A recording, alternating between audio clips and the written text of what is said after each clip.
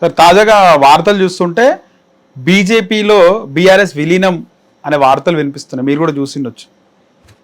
కూతురు ఒకవైపు జైల్లో ఉంది, కేసీఆర్ బీజేపీలో బీఆర్ఎస్ ని విలీనం చేస్తాడని ఎవరు చెప్పారు నాకు తెలియదు. మరి నాకు ఆ తెలియదు. ట్రెండింగ్ అదే నడుస్తుంది సార్ న్యూస్. రవిప్రకాష్ లాంటి సీనియర్ జర్నలిస్టులు వాళ్ళు మాట్లాడుతున్నారు.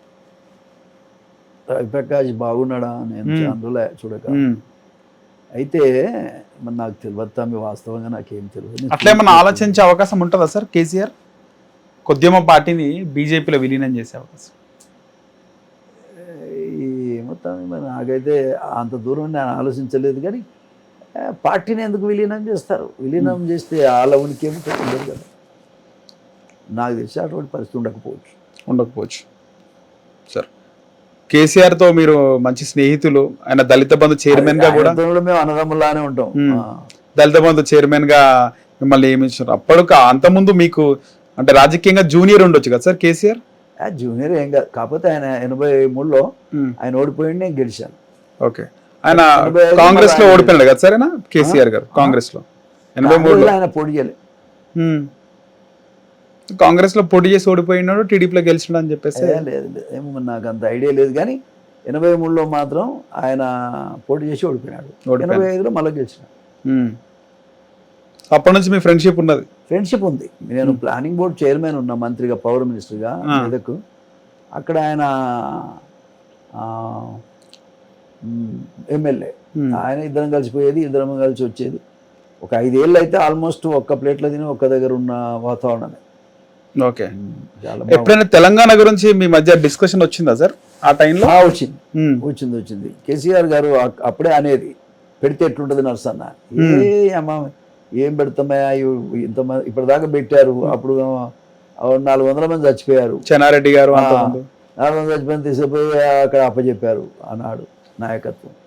మళ్ళీ ఏమొస్తుంది శేఖర్, అది అయ్యేది కాదు, పోయేది కాదు అని చెప్పేది నేను. బట్ అతని మనసులో అది ఎప్పుడు మెసులుతా ఉండింది. నాతో మాట్లాడిన మాట నిజమే, పెట్టాలనేది. పెడితే అప్పుడు ఏంటంటే నాకు అసలు ఏమొస్తుంది తెలంగాణ వస్తే అనేది నేను మొదటి నుంచి క్వశ్చన్ చేస్తున్నా. ఏమొచ్చింది ఇప్పుడు? దొరతనాలు వచ్చినాయి. ఏమే ముఖ్యమంత్రి గారు రేవంత్ రెడ్డి అయ్యిండు, కేసీఆర్ అయ్యిండు. ఎవరు వీళ్ళు అంటే పెత్తందారులకు సంబంధించిన వాళ్ళు మాట మనం అనుకున్నాం. కానీ పేదోడికి రాజ్యం ఏమి రాలేదు కదా. ఎవడుంటే బతుకులు మారలేదు. పేదోడు ఏ గవర్నమెంట్లో అయినా గట్లే ఉంటాడు అట్లా. అందుకని తెలంగాణ వచ్చిన తర్వాత ప్రత్యేకమైనటువంటి పరిస్థితులు అయితే ఏం లేవు సార్. 2001 పేదోడికి 2001లో టీఆర్ఎస్ పెట్టినారు. 2004లో రాజశేఖర రెడ్డితో పొత్తులో పోటీ చేసినారు కదా సార్ కేసీఆర్, రాజశేఖర్ రెడ్డి. టీడీపీతో కూడా చేసాడు కదా, ఆ తర్వాత చేసినాడు కదా సార్. ప్లస్ అయిందా సార్ టీఆర్ఎస్ కాంగ్రెస్ కి? ప్లస్ అయినట్టేనా అప్పుడు 2004లో? 2004లో ఈ అల్పిరి అధికారం అయితే వచ్చింది కదా, అధికారం వచ్చింది, కాంగ్రెస్ పార్టీకి వచ్చింది. వీళ్ళు మంత్రులు కూడా అయినారు అనుకుంటా, కేంద్ర మంత్రులు కూడా అయినారు సార్. అది ఒక పార్టీని నిలబెట్టుకోవటానికి చేసేటువంటి ఒక వ్యూహంలో భాగమే కదా సార్. చంద్రబాబు నాయుడు కూడా ముందస్తు ఎన్నికలు పోయినాడు కదా సార్ ఆల్పిరి బాంబులేస్ తర్వాత. సో ముందస్తుకి వెళ్లే ముందు మీరు ఏమైనా మాట్లాడినారా సార్? మీరు వద్దు సార్ ఇట్లా చెప్పాం కానీ ఇక సిచ్యువేషన్ అట్లా వస్తే ఒక్కోసారి ఎన్నికలకు పోయినాం, దెబ్బతిన్నాం. సో ఆయన అప్పుడు ముందస్తుకి వెళ్ళినప్పటి నుంచి 1 సంవత్సరం ముందే ఎన్నికలు అవుతున్నాయి. Okay, correct. ఆ తర్వాత కేసీఆర్ గారు మొన్న ముందస్తుకి వెళ్ళినారు సార్. అయితే గెలిచిన తర్వాత అందులో కాంగ్రెస్లో ఉన్నారు, దూరం అయిపోయినారు కొద్ది రోజులకే. యాంటీ వచ్చేసింది రాజశేఖర రెడ్డికి, కేసీఆర్కి. టీడీపీతో పొత్తు అయింది కదా సార్. మళ్ళీ ఏ హిసాబులో అయింది సార్ పొత్తది? ఆ పొత్తు మూమెంట్లో తెలంగాణ ఇవ్వడానికి లేఖ ఇచ్చినారు, ఒప్పుకుంటేనే కదా బాబు గారు. ఒప్పుకుంటేనే టీఆర్ఎస్ కలుస్తుంది కాబట్టి ఆ ఒప్పందం మీద అయింది. అంటే అప్పటికి టీఆర్ఎస్కి సొంతంగా పోటీ చేసే అంత సత్తా లేకుండే అనుకుంటా.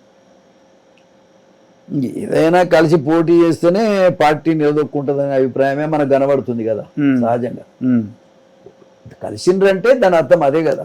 రాజశేఖర రెడ్డి చచ్చిపోయిన తర్వాతనే బాగా ఉద్యమం తీసుకొచ్చిన సార్ కేసీఆర్. అప్పటి వరకు రాజశేఖర రెడ్డికి భయపడి సైలెంట్గా ఉండు కేసీఆర్ అని అంటారు. ఎవరేమంటారు కానీ కేసీఆర్ ఏం భయపడలేదు, కాకపోతే మూమెంట్ అనేది స్లోగా డెవలప్ అవుతుంది. ఉదాహరణకి ఇప్పుడు ఎంఆర్పిఎస్ ఉంది సార్. బిగినింగ్ ఎంతనో కొంత ఉంది, Hmm. తర్వాత అది బాగా వీరోచితంగా ముందటికి వచ్చింది. అట్లనే ఏదైనా ఒక మూమెంట్ జరగాలనుకున్నప్పుడు ఒక్క రోజుతో అయ్యేది కాదుగా. అంటే రాజశేఖర్ రెడ్డి ఉన్నప్పటి వరకు సైలెంట్ గా ఉన్నాడు కేసీఆర్, చనిపోయిన తర్వాత నిరాహార దీక్ష స్టార్ట్ చేసిండు. ఆయన ఉండి తెలంగాణ రాకపోయేదని కూడా అంటారు సార్. ఉంటే రాకపోనేమో మరి మనకు తెలియదు కదా. ఉంటే కదా ముచ్చట. మీతో ఎట్లుండే సార్ రాజశేఖర్ రెడ్డి? మంచిగానే ఉండే, చాలా మంచోడు రాజశేఖర్ రెడ్డి.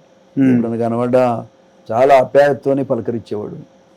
మేము కాంగ్రెస్ పార్టీని ఆనాడు ఉన్న గవర్నమెంట్ మీద బాగానే గట్టిగానే మాట్లాడేవాళ్ళు, కానీ ఎప్పుడు కూడా వాళ్ళు ఆర్సియా కూడా మా మీద మాట్లాడలేదు. ఎప్పుడు కూడా మంచిగా కక్ష సాధింపు రాజకీయాలు లేవా? లీడర్లు కక్ష సాధింపు లేదా సార్ అప్పుడు? లేదు. అంటే ఇప్పుడు ఆయన చనిపోయిన తర్వాత కూడా చంద్రబాబు నాయుడు గారు చాలా బాధపడ్డాడు.